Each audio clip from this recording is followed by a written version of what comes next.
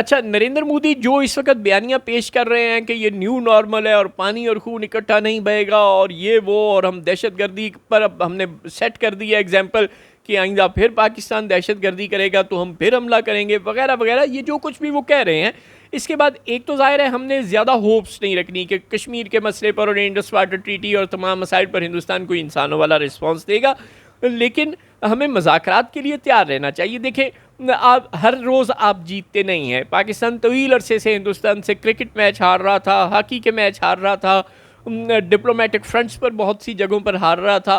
फिर अल्लाह ताला ने पाकिस्तान को नवाजना शुरू कर दिया और उसने हिंदुस्तान से इतनी बड़ी कामयाबी पाकिस्तान को दे दी जिसका हिंदुस्तानियों बहुत से पाकिस्तानियों ने भी तसव्वुर नहीं किया था कि हमें इतनी बड़ी कामयाबी मिल सकती है। हम आज तक पाक फ़ौज जिंदाबाद के नारे लगाते हैं, हम जब जंग के दौरान भी रैलियां निकाल रहे थे तो पाक फ़ौज जिंदाबाद के नारे निकाल रहे थे। आप पाकिस्तान के जिस भी शहर, जिस भी गांव में रहते हैं, आप बाहर निकल के देख लें, आपको हर खंबे पर, हर जगह पर बैनर्स नज़र आएंगे जिनमें आसिम मुनीर साहब की तस्वीर होंगी और आसिम मुनीर साहब जिंदाबाद के नारे लग रहे होंगे, पाक फ़ौज जिंदाबाद के नारे लग रहे होंगे। लेकिन आप पीएफ के लिए कोई एक आधा गाना शाना बना देते हैं, आईएसपीआर कभी रिलीज़ कर देता है, कभी एयरफोर्स खुद रिलीज़ कर देती है, मगर हम अपनी पीएफ की इन सलाहियतों से चंदा बाखबर नहीं थे। बिलाशुबा 2019 में उन्होंने अभिनंदन को काबू करके हमें अपनी सलाहियतों का एक बड़ा ताकतवर किस्म का सबूत दिया था। बहुत साल पहले, बहुत दहाइयों पहले एम आलम ने भी अपनी जुर्रत का और अपनी मुनफरिद सलाहियतों का और पीएफ की काबिलियत का एक मुनफरिद सबूत दिया था। लेकिन फिर हुआ क्या, इस जंग में तो पीएफ ने पूरी दुनिया को हिला कर रख दिया। पूरी दुनिया हैरान हो गई कि ये रफ़ाल, तारीख़ में पहली मरतबा इतने सारे रफ़ाल एक ही दफ़ा एक फ़ौज ने कैसे गिरा दिए। चाइनीज़ टेक्नोलॉजी का गोगा मच गया कि फ़्रेंच टेक्नोलॉजी से चाइनीज़ टेक्नोलॉजी कैसे बेहतर हो गई। और फिर अपने वो डिप्टी एयर मार्शल जो हैं औरंगज़ेब साहब, उन्होंने तो सारी कहानी उठा दी कि राफ़ेल तो त्यारा बुरा नहीं है लेकिन हिंदुस्तानियों की ट्रेनिंग बहुत बुरी है। वो यानी उन्होंने बिल्कुल एक्सपोज करके रख दिया, उड़ा के रख दिया आईएएफ को हर तरह से। इस सूरत हाल के बावजूद हमें क्या मगरूर हो जाना चाहिए? क्या हमें ये सोचना चाहिए कि अब हम मज़ाकरात की टेबल पर भी जीत जाएंगे? ऐसा बिल्कुल नहीं है। हमें ये कतई नहीं सोचना चाहिए और अपने कार्ड्स बिल्कुल सारे नहीं शो करने चाहिए और पूरी कुव्वत से और पूरी तैयारी के साथ मज़ाकरात में शिरकत करनी चाहिए। और किसी नॉनसेंस आदमी को पाकिस्तान की मज़ाकराती टीम का को लीड करने के लिए बिल्कुल नहीं भेजना चाहिए। और मज़ाकरात में ना तो हमें बहुत ज़्यादा डर कर रहना है और ना ज़ाहिर है ना ही को बहुत ज़्यादा अड़ी दिखाना है। लेकिन ये है कि मज़ाकरात में इंडस वाटर ट्रीटी और कश्मीर और पर अगर हमने बात करनी है तो हम अकेले हिंदुस्तान से बात करेंगे तो मसला कभी भी हल नहीं होगा।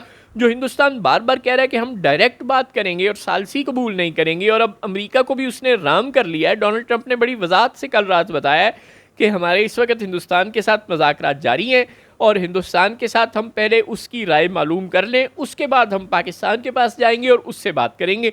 और वो हमारे लिए बाकायदा ऑप्शंस रखेंगे कि अगर आपने हमारे साथ तिजारत करनी है, अगर हाँ आपने यूरोपीय यूनियन के साथ तिजारत रखनी है, अगर आपने पूरे अटलांटिक रीजन के मुल्कों के साथ यानी कनाडा, अमेरिका और दीगर मुल्कों के साथ भारी तिजारत करनी है, बिलियंस ऑफ डॉलर्स का प्रॉफिट कमाना है, तो फिर आप हिंदुस्तान के साथ मज़ाकरात में इन शराइत से दस्तबरदार हो जाएं।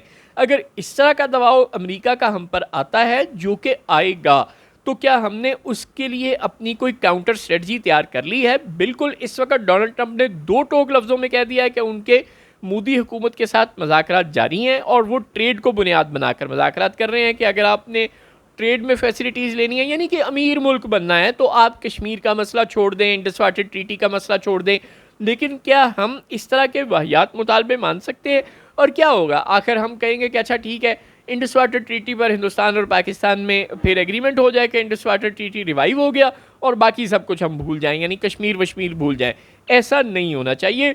हमें बताना चाहिए इंटरनेशनल कम्युनिटी को कि कश्मीर कोर मसला है। हम आज इसको फरामोश करेंगे तो ये कल फिर किसी जंग की सूरत में पूरी दुनिया के अमन को वायलेट कर देगा। लिहाजा सालिस के बगैर ये मज़ाकरात बेकार हैं और सालिस नागुज़ीर है, चाहे वो अमेरिका हो या वो सऊदी अरब हो या वो कोई भी और मुल्क हो। ज़ाहिर है तुर्की को तो सालिस अब कबूल करने से रहे हिंदुस्तान वाले, लेकिन कोई ना कोई सालिस नागुज़ीर है, वरना अकेला इंडिया ने कश्मीर को मसला मानेगा ही नहीं, और हालांकि दुनिया तो अब मानती है, अब तो मान गई है पूरी दुनिया के कश्मीर एक बड़ा मसला है। चुनांचे वो दुनिया के ममालिक जो इस बात को मानते हैं, उनमें से कोई भी, चाहे वो प्यूटन हो या वो डोनाल्ड ट्रंप हो, उनको सालिसी के लिए हमें ज़रूर इंगेज करना चाहिए।